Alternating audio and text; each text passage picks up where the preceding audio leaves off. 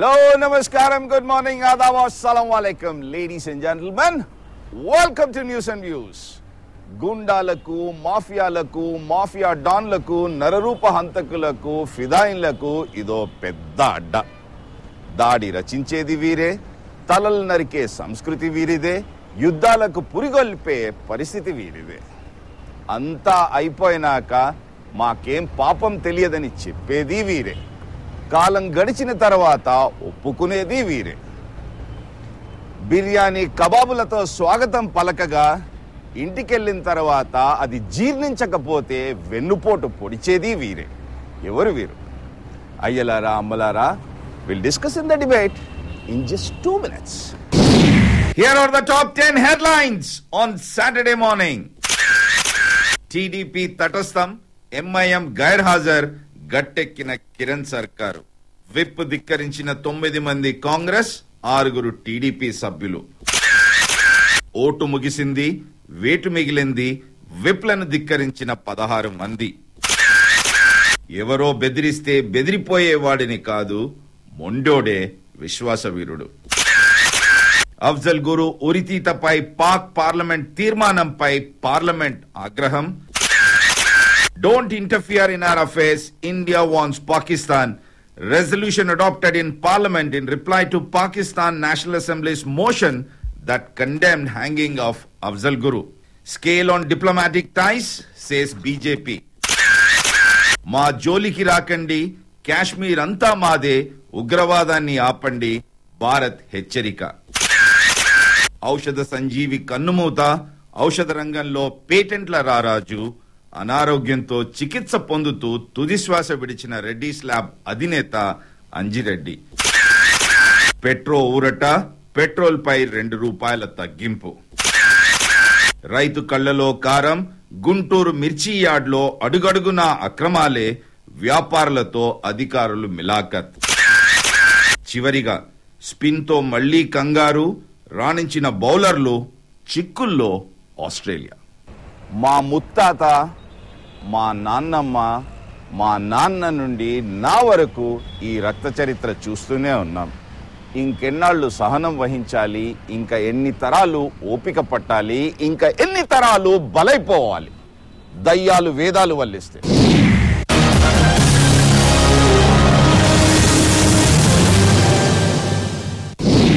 కయ్యానికి కాలు దువ్విన కిరాతక చర్య, భారత అంతర్గత వ్యవహారంలో పాక్ జోక్యం, ఉగ్రవాది అఫ్జల్ ఉరిని ఖండిస్తూ నిస్సిగ్గుగా దాయాది తీర్మానం, క్రికెట్ కిట్లతో 5 జవాన్లను పొట్టనబెట్టుకున్న కిరాతకులు, ఇక సహించకూడదంటూ కమలనాథుల పట్టు, పాక్ కు వ్యతిరేకంగా తీర్మానం చేయాల్సిందేనన్న బీజేపీ, పాక్ తో తెగతెంపులు తప్పవంటూ సూచన, పార్లమెంటులో గందరగోళం. ప్రజాస్వామ్య భారతదేశంపై పాకిస్తాన్ మరోసారి దాడికి దిగింది. గాయాన్ని మరింత ఉధృతం చేయటం దాయాది దేశమైన పాకిస్తాన్ కు వెన్నతో పెట్టిన విద్య. భారత పార్లమెంటుపై దాడి కోసం ఉగ్రవాదుల్లో విషబీజం నాటిందే కాకుండా నిస్సిగ్గుగా మరో కిరాతకానికి పాల్పడింది. విషం జిమ్మి సమస్యని మరింత తీవ్రతరం చేసేందుకే పొరుగు దేశమైన పాకిస్తాన్ పూనుకొంది. పార్లమెంటుపై దాడికి పాల్పడి చట్ట ప్రకారం శిక్ష పడిన అఫ్జల్ గురు ఉరితీతను ఖండిస్తూ పాకిస్తాన్ పార్లమెంట్ తీర్మానం చేసింది. ఉగ్రవాది అఫ్జల్ గురు మృతదేహాన్ని ఆయన కుటుంబ సభ్యులకు అప్పగించాలని నీతులు చెబుతోంది. ప్రశ్నల్లా పాకిస్తాన్ పార్లమెంట్ చివరి రోజు ఇలాంటి తీర్మానాలు చేయడం దేనికి అద్దం పడుతుంది? గాయాన్ని మరింత రేపడానికా, లేక ఉగ్రవాదానికి మరింత ఊతమివ్వడానికా? భారత అంతర్గత విషయంలో జోక్యం చేసుకునే హక్కు పాకిస్తాన్ కు ఎవరిచ్చారు? సువిశాలమైన భారతదేశంలో కాశ్మీర్ అప్పటికీ ఇప్పటికీ ఎప్పటికీ అంతర్భాగమే. ఇంకా ఎన్ని తరాలు ఈ విధంగా బలైపోవాలి? దయ్యాలు వేదాలు వల్లిస్తే.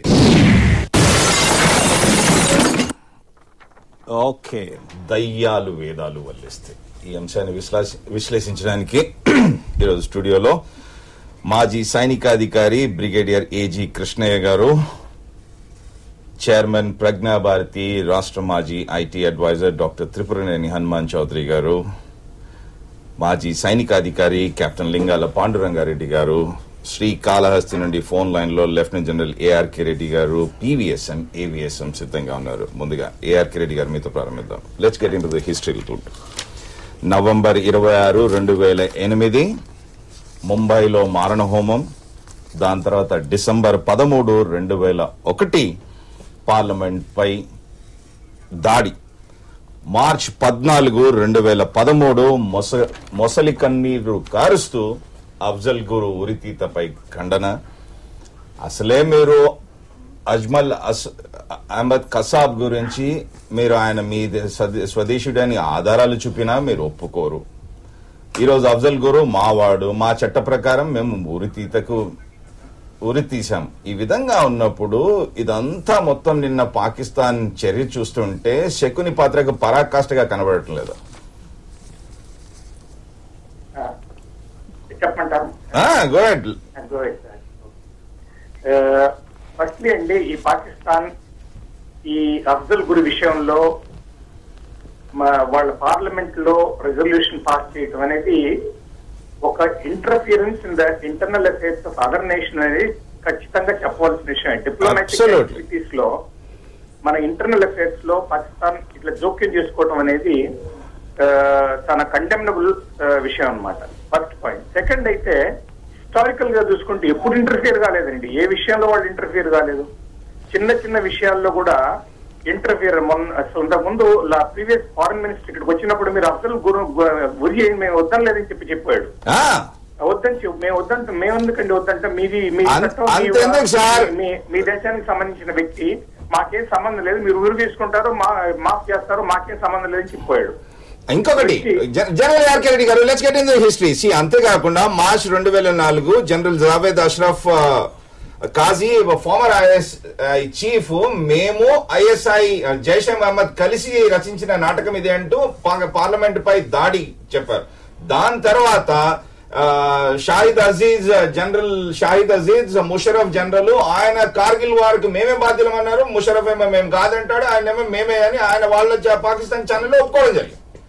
అది ఇంటర్నేషనల్ గా యాక్సెప్ట్ చేసేసారు. మనం దాని గురించి, ఎందుకంటే కార్గిల్ ఆపరేషన్స్ పాకిస్తాన్ ఆర్మీయే చేసింది అనే దాన్ని ఇంటర్నేషనల్ గా యాక్సెప్ట్ చేసిన విషయం. ఇంకా మనం దాన్ని డౌట్ చేసి ముషర్రఫ్ ఎంత చెప్పుకున్నా సరే, ఎంత డిఫెన్స్ చేసుకున్నా సరే, ఆయన మోహమే నల్లంగా పోద్ది. కానీ మనం దాని గురించి ఇంటర్నేషనల్ గా అన్ని కంప్లీట్ యూరోపియన్ కంట్రీస్, అక్కడ దాకా ఎంతో క్లింటన్ ఆ రోజుల్లో ప్రెసిడెంట్ గా ఉంటే మీరు కదండి వాళ్ళలో చొచ్చుకొని పోయింది, మీరు వచ్చి నన్ను పీస్ చేయమంటే నేను ఎలా చేస్తాను? అటల్ బిహారీ వాజ్పేయి గారు గ్రేట్ స్టేట్స్ మెన్, ఆయన ఎందుకు నా మాట వింటాడని చెప్పాడు. ఆయన అయినా కూడా బతిమలాడి కాళ్ళు పట్టుకొని ఏదో భంగపడి వాడిని ఏదో పీస్ఫుల్ ఎగ్జిట్ ఇవ్వమన్నారు, సేఫ్ ప్యాసేజ్ ఇవ్వమన్నారు. అది ఒక ఇదే ఇంటర్నల్ విషయంలో కాదండి, భారతదేశానికి సంబంధించిన ఎక్స్టర్నల్ కంట్రీస్ లైక్ బంగ్లాదేశ్ లో కానీ, నేపాల్ లో కానీ, మీరు బర్మాలో కానీ, సిలోన్లో కానీ, శ్రీలంకలో కానీ ఇంటర్ఫియరెన్స్ ఇది వాళ్ళు మన ఇంటర్నల్ గా ఇంటర్ఫియర్ కాకుండా ఎక్స్టర్నల్ కూడా ఇంటర్ఫియర్ అవుతానే ఉన్నారు. కానీ వాళ్ళకి పాకిస్తాన్ తోటి ప్రాబ్లం ఏంటంటే, ఫర్ ద ఫస్ట్ టైం వాళ్ళు ఒక డెమోక్రసీ ఒక 5 years టర్మ్ కంప్లీట్ చేశారు. ఇది ఒక మైల్ స్టోన్ వాళ్ళకి. పోతూ పోతూ ఈ పార్లమెంట్ పోతూ ఏం చేశారంటే, ఈ రెజల్యూషన్ పాస్ చేసుకుని డొమెస్టిక్ కాన్స్టిట్యున్సీ కోసం వాళ్ళు, మేము చూసావా యాంటీ ఇండియా ఎంత చెప్పగలం, కాశ్మీర్ కి ఎంత సపోర్ట్ చేయగలం అనేది వాళ్ళ ప్రాపగాండా థియరీ. సో ఇదే పొలిటికల్ గిమిక్సే గానీ political gimmicks. Okay, lieutenant general KRK Reddy గారు, stay with us. Hanuman Chowdary గారు, see world if it was jigsaw puzzle, ఒకవేళ చదరంగం అయితే పక్కింటోడిని మార్చుకునే పరిస్థితి ఏర్పడేది. కానీ ఈ రోజు పక్కింటోడిని మార్చుకోలేము, వాడితో ఏగాలి, వాళ్ళతో సత్సంబంధాలే అవసరం లేదు అంటే ఏ విధంగా చూడమంటారు? పాకిస్తాను మనకి ఆగర్భ శత్రువు. అక్కడ ఉన్నటువంటి ప్రభుత్వం చేస్తున్న వాళ్ళు, వాళ్ళ యొక్క పార్టీలు, వాళ్ళ యొక్క ప్రజలు అంతా కూడాను మేము భారతీయులం కాము కాబట్టి మాకు వేరే దేశం కావాలి అని చెప్పిన వాళ్ళు. లడకే లెంగే పాకిస్తాన్, హస్కే లెంగే హిందుస్థాన్ అని చెప్పారు. అప్పుడో చెప్పారు. 4 సార్లు యుద్ధం చేశారు. ఒక తప్ప రాన్ ఆఫ్ కచ్లో చేశారు, దాని తర్వాత 1965లో కాశ్మీర్లో చేశారు, 1971లో బంగ్లాదేశ్ మీద చేశారు, 98లో కార్గిల్లో చేశారు. ఇన్నిసార్లు ఓడిపోయిన తర్వాత కూడా 48లో కూడా అనమాట భారతదేశం మీద 1000 గాయాలను తగిలిస్తాము అని భుట్టో గారు చెప్పారనమాట అండి. ఆ గాయాలను తగిలించేటువంటి ప్రక్రియలో భాగంగా హనుమాన్ చౌదరి గారు రోజు 90,000 యుద్ధ ఖైదీలను మనం బందీగా చేసుకుంటే ఆయన ఇక్కడికి వచ్చి ఇందిరమ్మ కాళ్లు పట్టుకుని అమ్మా నేను నా పరువు పోతుంది, నేను ఇంటికి వెళ్ళిన తర్వాత ముఖం చూపించుకోలేదంటూ షిమ్లా అగ్రిమెంట్ చేశారు. వీళ్ళు పదే పదే షిమ్లా అగ్రిమెంట్ కోట్ చేస్తారే. జూలై 2, 1972లో 6వ అంశం వీళ్ళు చెప్పుకుంటూ వస్తారే, దాంట్లో రాసింది ఏంది? Both governments agree that the respective heads will meet again at a mutually convenient time in the future, and that in the meanwhile the representatives of the two sides will meet to discuss the issues further. అంటే మీరు immediate గా చేయండి. కాశ్మీర్ సమస్య అంటే కాశ్మీర్ లో అయినా కానీ UN resolution అయినా కానీ చెప్పింది ఏంటి? మూడు విధాలుగా ఉంది. యుఎన్ రెజల్యూషన్ August 13, 1948 దాంట్లో వాళ్ళు కూడా చెప్పింది ఏంటి? That Pakistan had consistently lied on the question of whether or not its troops were involved in the fighting in Jammu and Kashmir అంటే వాళ్ళు ఒప్పుకున్నారు. దాని తర్వాత మీరు తీర్చుకోండి. అంతర్జాతీయ మేము దీంట్లో తలదూర్చమంటే ఇప్పుడు ఇంకా అంతర్జాతీయ సమాజం తలదూర్చమంటే ఏ విధంగా అర్థం చేసుకోవాలి? రమాకాంత్ గారు, అబద్ధాలు చెప్పడం, మాట తప్పడం వాళ్ళకి వెన్నతో పెట్టినటువంటి విద్య. మొహమ్మద్ ఘోరీ అనే సార్ 17 సార్లు వచ్చి క్షమాపించడం పోయి తిరిగి మళ్ళీ యుద్ధం చేశాడనమాట. మాట మాడితే వాళ్ళ యొక్క మిసైల్స్ పేర్లే గజనీ అని ఘోరీ అని ఇట్లా పెట్టుకుంటున్నారు. కాబట్టి అబద్ధాలు ఆడటం వాళ్ళకి చాలా వెన్నతో పెట్టిన విద్యని. తర్వాత ఒప్పుకుంటారు, దాని తర్వాత మేము చేయలేదు, మాకేం పాపం తెలియదు అంటారు. ఇంటికి వెళ్ళిన తర్వాత ఒప్పుకుంటారు. బిర్యానీ కబాబ్లతో ఆహ్వానిస్తాము, దాని తర్వాత అది జీర్ణించక వెన్నుపోటు పొడుస్తారు. వారి యొక్క విశ్వాసాల ప్రకారం, వారి బోధనల ప్రకారం వారి వ్యాప్తి కోసం ఏ పనైనా చేయవచ్చును అని వాళ్ళకి బోధ జరుగుతుంది. కాబట్టి వాళ్ళు చేస్తున్నారనమాట అండి. తర్వాత ఈ పాకిస్తాన్ ఈ అఫ్జల్ గురుని హ్యాంగ్ చేయటం అనే దాని గురించి అతను మొన్న ఈ మధ్యనే మన సైనికుల యొక్క మెడకాయ కోసి అవతల పారేసేస్తే అక్కడి నుంచి వచ్చినటువంటి ప్రైమ్ మినిస్టర్కి మన ఫారిన్ మంత్రి విందు చేస్తాడా? విందు చేసి ఒక్క మాట కూడా టెర్రరిజం గురించి ఒక మాట మాట్లాడా?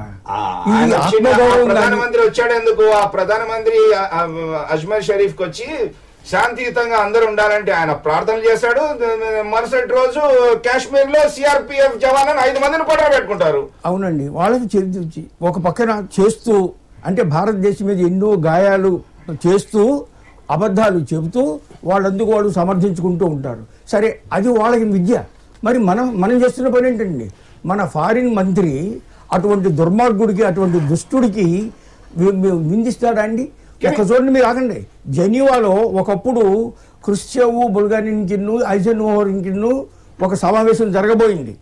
జరుగుతుంటే అది జరుగుతూ ఉండగానే హనుమాన్ చౌదరి గారు, విత్ ఆల్ రెస్పెక్ట్, ఇంటికి వచ్చిన అతిథిని ఏ విధంగా మర్యాదగా చూడమంటారు? అది అతిథి కాదండి, వారు శత్రువు. ఎందుకంటే నీ విషయాలను తెలుసుకుంటారు. మొత్తం సంబంధాలే మనం వాళ్ళతో పెట్టుకోవద్దా? కాదు, అటు సంబంధం కాదు, సంబంధం పెట్టుకోవచ్చు. కానీ ఈ మాట ఎందుకు అడగలేదు? మనం రావద్దని నాన్న అతను ప్రార్థన చేసుకుంటానికి వచ్చాడు. వచ్చినప్పుడు విందు ఇవ్వాల్సిన అవసరం ఏమున్నది? సరే, విందు ఇచ్చామే. అయినప్పుడు అందుట్లో మీరు ఈ టెర్రరిజం గురించి, దీని గురించి ఎందుకు మాట్లాడటం లేదు అంటే ఏంటిది? దీని వల్ల ఒక్క పాకిస్తాన్ వాళ్ళే కాదనమాట అండి. Okay, brigadier Krishna is very restless. Krishna గారు, ఎందుకంటే ఇప్పుడు ఈ పాకిస్తాన్ భారతదేశానికి వ్యతిరేకంగా ఏ కార్యకలాపం చేసినా మనకు ఒక అలవాటు అయిపోయింది. ఆ కార్యకలాపాన్ని అప్పటికప్పుడు దాన్ని మాట్లాడుకోవడం. పెద్ద మన ప్రైమ్ మినిస్టర్ గారు లాస్ట్ టైం చెప్పినప్పుడు, we will not accept this incidents in the LOC, we will see that justice, మన వాళ్ళు హంతకులకి శిక్ష పడేటట్టు చేస్తాము, ఇంకా ఇప్పుడు స్థితులు మామూలుగా ఉండవు అని చెప్పడం, మర్చిపోవడం. ఇటువంటి విషయం జరిగినప్పుడు మనం చూడాల్సింది ఏమిటంటే, ఈ యొక్క కార్యక్రమాల్లో వరుస క్రమంగా ఎదిగే చిన్న చిన్న పనుల లేక ఈ భారత్కి వ్యతిరేకంగా జరిగే ఒక పెద్ద వ్యూహరచనలో భాగాల బ్రదర్స్ బీ కేర్ఫుల్. అది ఈ వ్యూహరచన అంటే ఈ వ్యూహరచన ఏమిటి? ఈ యొక్క 2013 సంవత్సరంలో చూసినప్పుడు కొన్ని ముఖ్య భారతదేశానికి వ్యతిరేకంగా చాలా ముఖ్యమైన విశేషాలు పాకిస్తాన్ లో జరిగాయి. మన మెడల్ కోసి మన సైనికుల మెడల్ కోసింది కాకుండా దాని గురించి మనం మాట్లాడుకున్నాం. మన తర్వాత ఏమంటే ప్లాంటింగ్ ఆఫ్ మైన్స్ మనం చేయడం కాకుండా ఎంతో సహనం వహించాము. పన్నుకు పన్ను, కన్నుకు కన్ను అంటే ఆ చర్యలు ఎందుకు చేపట్టలేకపోతున్నారు? అటు ఆ ప్రభుత్వం ఉన్న అప్పటి ప్రభుత్వాలైనా ఇప్పటి ప్రభుత్వాలైనా. కెప్టెన్ లింగారెడ్డి, పాండురంగారెడ్డి గారు, నేను ఒక మాజీ సైనికుడిగా తర్వాత ఐఏఎస్ చేస్తున్నాను. భారతదేశం ఈక్వల్ గా పాకిస్తాన్ ఏ విధంగా అబద్ధాలు ఆడుతో అదే విధంగా అబద్ధాలు ఆడుతుంది. నెంబర్ 1, ఒకవేళ కాశ్మీర్ కనుక మనదే కనుక అయినట్టయితే 66 సంవత్సరాల నుండి దాన్ని ఎందుకు ఆక్యుపై చేయడం లేదు? అది నెంబర్ 1 ప్రశ్న. ప్రతిసారి మనం ఏదో గెలిచినాం అంటున్నాం. మళ్ళీ గెలిచినప్పుడు దాని లాజికల్ ఎందుకని తీసుకోపోలేదండి? ఇది 1947లో వచ్చినప్పుడు ఏతుంటుందో మీకు జూనాగఢ్లో మీకు అక్కడ ప్లెబిసైట్ ఎందుకు పెట్టారండి? మీరు తీసుకునేది ఉంటుంది. తర్వాత కాశ్మీర్లో ఏమన్నారు? మేము ప్లెబిసైట్ పెడతా ఉన్నారు, అవి వెనుకకు పోయారు. అది అబద్ధం కాదా? అదే ఇప్పుడు మనం కూడా ఈక్వల్గా అబద్ధాలు ఆడుతున్నాం కనుక మనం ఏదో ఏంజల్స్ ఒక పాకిస్తాన్ అబద్ధం ఆడుతున్నారు అనేది చాలా పొరపాటు. ఒకవేళ కాశ్మీర్ కనుక భారతదేశం అంతర్భాగం అయితే మిలిటరీ ఉన్నది, మిలిటరీతో ఆక్యుపై చేయండి, లేకుంటే వదిలిపెట్టండి. అంతేగాని అఫ్జల్ గురు దాని అటాక్ చేస్తున్నారని మనం ఏదో మనం సెల్ఫ్ చేసుకుంటూ మనం శాంతి కామకులము అని అనడం అది చాలా పొరపాటు. ఒక్కటి జనరల్ ఏఆర్కే రెడ్డి గారు, కెప్టెన్ పాండురంగారెడ్డి గారు అంటారు లాజికల్ కన్క్లూజన్స్ కి ఎందుకు తీసుకుపోలేకపోతున్నాం. సరే, యుఎన్ రెజల్యూషన్ పై ఎన్నో రెజల్యూషన్స్ ఉన్నాయి. UN resolution 1269 or UN resolution 1373 వీళ్ళు అన్నాను. కానీ వీళ్ళంతా మా స్వతంత్రం కోసం పోరాడే వాళ్ళు అంటే UN resolution 1269 dated 19th October 1999 స్పష్టంగా చెప్తుంది, unequally condemns all acts, methods and practices of terrorism as criminal and unjustifiable regardless of their motivation in all their forms and manifestations wherever and by whomever committed, in particular those which could threaten international peace and security. అంటే ఇక ఎవరిపై మీకు నమ్మకం ఉంది? ఇప్పుడు మనం చూడాల్సింది ఏంటంటే responsible nation, a country which has no responsibility for anything అనేది రెండు కనుక ఆలోచిస్తే where do we fit in? మనం బయోలెటరలిజం ఎందుకు ప్రమోట్ చేస్తున్నాం విత్ పాకిస్తాన్? ఇంటర్నేషనల్ ఆర్బిట్రేషన్ లేకపోతే ఆర్మ్డ్ కాన్ఫ్లిక్ట్ ఇట్లాంటివన్నీ చేయటం అది వేరే ప్రశ్న. లైఫ్ ఆఫ్ నేషన్ లో 60 years పెద్ద విషయం కాదు. ఇకపోతే ఈ పాకిస్తాన్ తోటి అనేది మన డొమెస్టిక్, ఫస్ట్లీ మన డొమెస్టిక్ లో వాళ్ళు బయోలేటరల్ అంటే మనం బయోలేటరల్ అంటే వాళ్ళు యూనిలేటరల్ అంటారు. మనమేమో మన డొమెస్టిక్ కాన్స్టిట్యుయెన్సీలో ఎంత కాంట్రడిక్షన్స్ ఉన్నాయి, పొలిటికల్ కాంట్రడిక్షన్స్ ఎన్ని ఉన్నాయి ఇక్కడ. ఇప్పుడు ముందుకు పోతేనేమో ఎంతమందిని చంపేస్తారంటుంటారు కొంతమంది హ్యూమన్ రైట్స్ యాక్టివిస్ట్. ముందుకు పోకపోతే పోలేదని ఎందుకని అని కూడా అడుగుతూ ఉంటారు. సో మన డొమెస్టిక్ కాన్స్టిట్యుయెన్సీలో ఉండే ఎబరేషన్స్ కూడా మనం అడ్రస్ చేసుకోవాలి.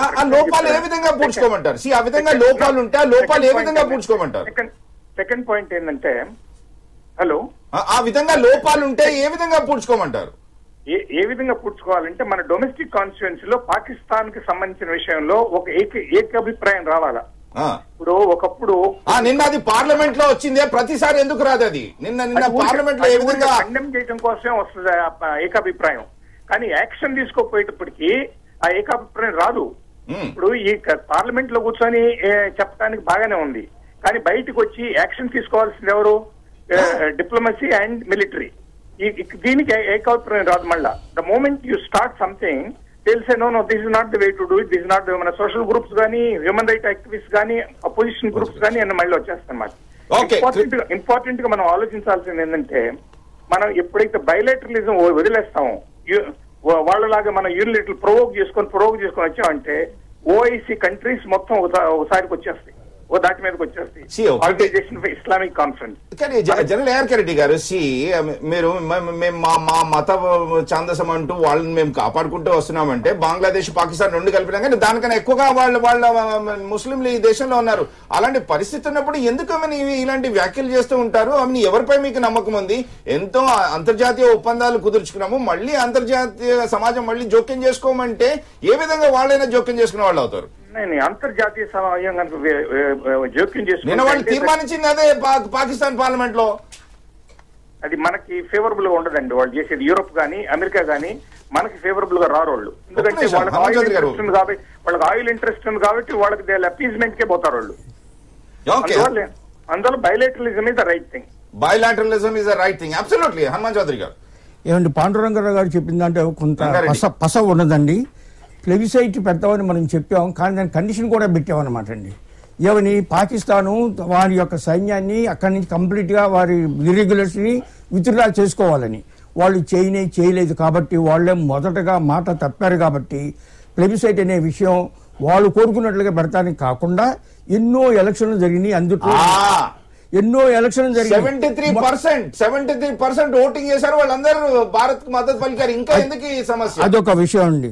రెండోది విషయం ఏంటంటే, అది కనుక మనం నిజంగా కూడా ఇట్ ఈస్ పార్ట్ ఆఫ్ భారతదేశం అని మనం నమ్ముకున్నట్టయితే, చైనా ఏం చేసింది? Tibet is part of China అన్నది, సింజియాంగ్ ఈజ్ పార్ట్ ఆఫ్ చైనా అన్నది.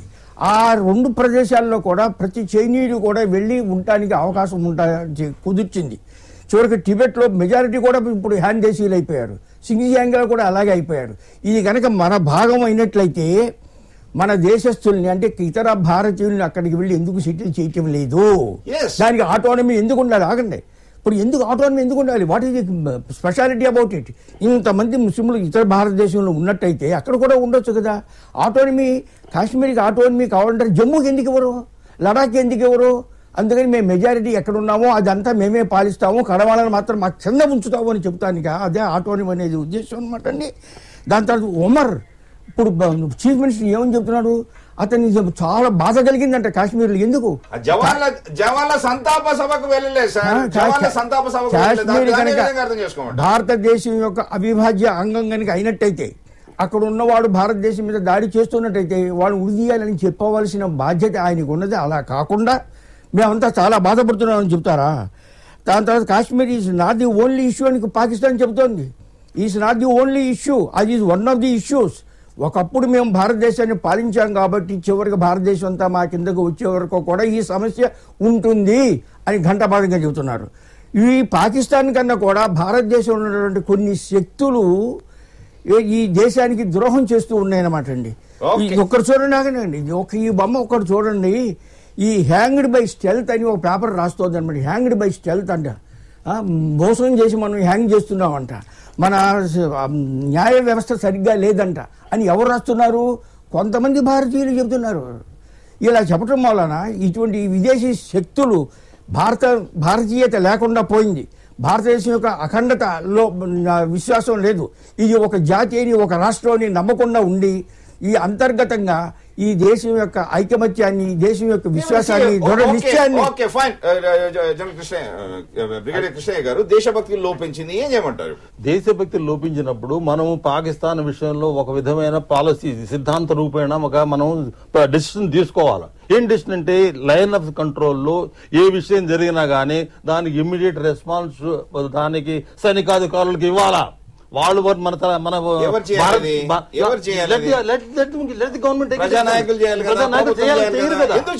ఎందుకు చేయలేకపోతే మనకు పక్షపాతం వచ్చింది.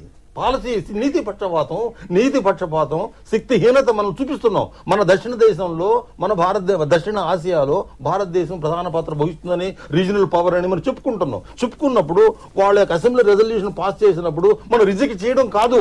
మనం ఏం చెప్పాలంటే, whatever is happening in Balochistan is against human rights. They are using tanks, they are using air force, they are using artillery. Resolution కూడా పాస్ అయింది, దానికి కూడా ఒప్పుకోవట్లేదు కదా. రెజల్యూషన్ బలూచిస్తాన్ మీద యుఎన్ రెజల్యూషన్ వచ్చినప్పుడు దాన్ని బలూచిస్తానికి యుఎన్ వదిలిపెట్టబాకండి. It is a bilateral issue. మీరు అన్నారు ఇప్పుడే, అది bilateral. Let us sort out between India and Pakistan. ఎందుకు చేయలేకపోతున్నట్టు సిద్ధాంతం. మన పాలసీ ఏది మీరు చెప్పండి. అయ్యా, ఎల్ఓసీలో వారిద్దరు మన తలకాయలు కోసారు, అక్కడి నుంచి ఇన్ఫిల్ట్రేషన్ వచ్చిందంటే ఎక్కడి నుంచి అయితే ఇన్ఫిల్ట్రేషన్ తో ఆ ప్రజాశాసన సర్వనాశనం చేయాలి. ఇజ్రాయెల్ నుంచి నేర్చుకుందాం మనం. ఇజ్రాయెల్ ఏం చేస్తుంది? వాళ్ళు ఎవరైనా వచ్చి వాళ్ళ దేశంపై చేసినప్పుడు ఎక్కడి నుంచి ఆ యొక్క శక్తి వచ్చిందో దాన్ని అక్కడే అణిచిపెట్టడం, తొక్కేయడం, అది మన బాధ్యత. సైనిక అధికారుల బాధ్యత మనకివ్వండి. లింగాల పాండురంగారెడ్డి గారు, 3,974 టెర్రరిస్టులు భారత సరిహద్దు దాటి మన దేశంలోకి చొరబడడానికి సిద్ధంగా ఉన్నారు. సమస్యల్లా వీళ్ళని ఆపితే ఇరు దేశాలు స్నేహ సుహృద్భావంతో జీవితం గడపచ్చు కదా. వాళ్ళు ఆపకుండా ప్రతిసారి కాశ్మీర్ కాశ్మీర్ కాశ్మీర్ అంటే కాశ్మీర్ మన భాగం, అది అప్పటైనా ఇప్పుడైనా ఎప్పటికైనా. కానీ నిన్న పార్లమెంట్ లో కూడా అదే తీర్మానం ప్రతిపాదించారు. క్షమించాలి, మీరు అన్నది కాశ్మీర్ సమస్య గనక తీరినట్టయితే పాకిస్తాన్ అనే దేశం ఉండదు. అందుకని కాశ్మీర్ సమస్య రగులుతూ ఉండాలి వాళ్లకు. అప్పుడే ఏతుంటుందో మీకు కాశ్మీర్ ఉంటుంది, లేకుంటే కాశ్మీర్ 4 భాగాలుగా డివైడ్ అయిపోతుంది. They will not be Kashmir at all. అందుకని వాళ్ళు ఏంటంటే డిక్టేటర్స్ కానీ, మిలిటరీ డిక్టేటర్స్ కానీ, సివిల్ డిక్టేటర్స్ కానీ, ఈవెన్ సో కాల్డ్ ప్రజాస్వామ్యం కానీ వాళ్ళు భారతదేశానికి వ్యతిరేకంగా వాళ్ళు తీసుకుంటేనే వాళ్ళ యొక్క మనుగడ, లేకుంటే దేశం ఉండదు. ఒకటి మనం ఏతుంటుందో వెరీ సాఫ్ట్ పాలసీ అండి. ఆనెస్ట్ చెప్తున్నాను, క్షమించాలి. గాంధీ శిష్యులు ఏ శిష్యులు కాదండి, శిష్యులు కాదు. మనం వీక్నెస్ ప్లీజ్, మనం ఏదో చెప్పుకుంటున్నాం కాదండి, ఫ్లాటరర్స్ అనమాట అండి. అగ్రెసివ్. ఇప్పుడు చూడండి 1971 లో మీ కాశ్మీర్ వార్లో నేను ఉన్నాను. ఏమున్నది అక్కడ కాగానే వాళ్ళు ఇంటర్నేషనల్ పీస్ ఎవరు పిలుస్తారని మేము వెనక కూర్చుంటాం. Please you take it. General Reddy గారు, మీరు యూ మస్ట్ యాక్సెప్ట్ ఇట్. మనం ఏతుంటుందో ఆర్మీ, డెమోక్రటిక్ ఆర్మీ అని ఎప్పుడు కూడా ఏతుంటుందో వీళ్ళు పార్లమెంట్ హౌస్ ఏం మాట్లాడుతారు. పార్లమెంట్ హౌస్ అంటే ఆల్వేస్ సేఫ్ అండి. How to complete 5 years term, that's all. చనిపోతే ఆర్మీ వాళ్ళు చనిపోయింది అనే విధంగా ఇది జరుగుతున్నదండి. ఇది క్షమించాలి, ఇది ట్రూత్. ఎందుకంటే మేము అక్కడ I was injured in that battle. I know it what is the war, but we are not taken to the logical end. ఎవరో వాడు Shimla agreement, why Shimla agreement is a failure on the part of the government of India, whether you like it or not. You could occupied at that time when enemy is weak, you hit hard. That you did not do it. ఏదో talks, ఏదో international talks for weakness. Please this thing, ఈ weakness ను మనం ఏమంటున్నాం అంటే శాంతి అంటున్నాం. Please let us not what I have this sort of what I. రెండు ముఖ్య విషయాలండి. 47-48లో మన ఆర్మీ చీఫ్ సార్ మాకు 3 రోజులు టైం ఇవ్వండి, మనం వాళ్ళైతే మన కాశ్మీర్ ఏ భాగం తీసుకున్నారో దాన్ని మనం తీసుకుంటామని చెప్పినా మనం ఇవ్వాల. టిబెట్ గురించి చెప్పారు చౌదరి గారు. టిబెట్ గురించి మనది భారతదేశం should have been the last country to recognise the suzerainty of China over Tibet. కానీ మనం ఫస్ట్ గా పోయి ఎందుకు చేసాం ఇవన్నీ చేయడం? ఎందుకంటే పాలసీలో ఏమైనా తప్పు ఉందా, లేకుంటే ఉండండి దీన్ని మన నాయకులకి ఏదన్నా యాంటీ ఇండియా ఓరియంటేషన్ ఉందా? మన పెద్ద పెద్ద వాళ్లే మనకు వాళ్ళ గురించి నేను చెప్పను, కానీ ఎందుకు ఈ విధంగా జరుగుతుంది? భారతదేశంలో ఉండి భారతదేశంకి మన సెక్యూరిటీ ఇంట్రెస్ట్ కి వ్యతిరేకంగా మనం ఎందుకు డెసిషన్ తీసుకుంటున్నాం? దానికి బాధ్యతలు ఎవరు? రెడ్డి గారు, సెక్యూరిటీ ఇంట్రెస్ట్ అగేన్స్ గా ఎందుకు ఈ విధంగా రాజకీయ నాయకులు అడుగులేస్తున్నారు? అంతేకాకుండా మన ప్రాంతాన్ని ఆక్రమించిందే కాకుండా అత్తసొమ్ము అల్లుడు దానం అంటూ 5,000 స్క్వేర్ కిలోమీటర్ సెక్షన్ వ్యాలీలో వాళ్ళకి చైనాకి ఇచ్చేశారు. ఈ military by itself cannot prosecute war అండి. It has to be a diplomatic activity as well. ఇప్పుడు ఏంటంటే మనం మిలిటరీగా మాట్లాడుకుంటుంటే there is a incomplete sentence అన్నమాట. Incomplete sentence అంటే diplomacy has to form part of the greater prosecution of war. General ARK Reddy గారు, ఆ diplomacy ఏ విధంగా ఉండాలి? చెప్తాను ఏ విధంగా డిప్లొమసీ ఉండాలంటే, diplomacy has got a patience. ఇప్పుడు 1971 వార్లో నుండి గ్రేట్ సోవియట్ యూనియన్ నుండి మనకి బ్యాక్ టోటల్ సపోర్ట్ మనకు ఉంది. లీడర్షిప్ లైక్ ఇందిరాగాంధీ ఉండింది. అది విచ్ఛిన్నం అయిపోయింది. ఇప్పుడు మనకు అట్లాంటి ఏమీ లేవు. అందువల్ల ఏంటంటే మనకు అందరూ ఎనెస్ట్ గానే ఉంటే మన లోకల్ గా ఉండే దేశాలే మనకి సపోర్ట్ చేయకపోతే, ఎందుకంటే మనం శ్రీలంకలో ఇంటర్ఫియర్ అవుతుంటాం, నేపాల్ లో ఇంటర్ఫియర్ అవుతూ ఉంటాం, ఏదో రకంగా ఇంటర్ఫియర్ అవుతానే ఉంటాం. కాబట్టి మనకు లోకల్ గా సపోర్ట్ లేకుండా ఉంది. అది కాదండి, ఒక ముఖ్య విషయం, diplomatic inaction or military inaction should not support each other. Military action and diplomatic action go concurrently. Exactly. At tactical level, if something happens, military should be authorized and should take immediate and responsive action. Exactly. రెండు మంది ఇద్దరు navy మరీన్స్ మాయమైతేనే మీరు ఇటలీతోని సత్సంబంధాలు తెగింపుకు సిద్ధమయ్యారే. అది ఆ పాకిస్తాన్ ఇన్ని తలలు నరికినా గానీ పాకిస్తాన్ కి ఎందుకు సిద్ధం అవ్వలేకపోతున్నారు హనుమంత్ చౌదరి? దీనికి కారణం ఏంటంటే మన దేశంలోనే కొన్ని శక్తులు అసలు డిసెసివ్ యాక్షన్ తీసుకుంటానికి వ్యతిరేకంగా ఉన్నాయి. ఇప్పుడు చూడండి, ఉమర్ గారు ఏమంటున్నారు, దెర్ ఇస్ నో జస్టిస్ అని చెప్పాడనమాట అండి. అదేవిధంగా మదానీని బాంబులు వేసిన వాడిని జైల్లో ఉంటే ఈ కేరళ లెజిస్లేటివ్ అసెంబ్లీ కాంగ్రెస్ పార్టీతో సహా అన్ని పార్టీలు కలిపి వాడిని వదిలిపెట్టాలని తీర్మానం చేసి సరే ఆ రోజు IC 814 లో మీరు వాడిని తీసుకెళ్లి అక్కడ దాకా పంపించి ఇచ్చిరా లేదా? ఆ రోజు ఒకవేళ అది ఢిల్లీలో టైర్లు బ్లాస్ట్ చేస్తే వాళ్ళు ఇక్కడే ఉండాలి, దాంట్లో 4 పోయేవాళ్ళు. దాని తర్వాత ఎంతమంది బలైపోయారు? ఇటువంటి పనులన్నీ ఎందుకు చేస్తున్నారంటే తుష్టీకరణ, ఓట్లు పోతాయో అనే ఉద్దేశంతో చేస్తున్నారు. ఎంతకాలమైనా చేస్తూనే ఉంటారు. అందుకనే ఒక ఫెయిల్యూర్ తర్వాత మరో ఫెయిల్యూర్ అవుతుంది. చూడండి, ఎందుకంటే ఎప్పుడైతే ఓట్ల కోసం రాజకీయాలు చేస్తూ ఉంటారో అంతవరకు కూడా ఈ దేశంలో అంతర్గత భద్రత కానీ మన సరిహద్దుల భద్రత కానీ ఉండదు. ఒక విషయం దాన్ని చదవనివ్వండి అనమాట అండి. కారెన్ గాబ్రియల్ అని she professor in Saint Stephen's college. ఆవిడ ఏమని రాస్తుందో చూసుకోండి.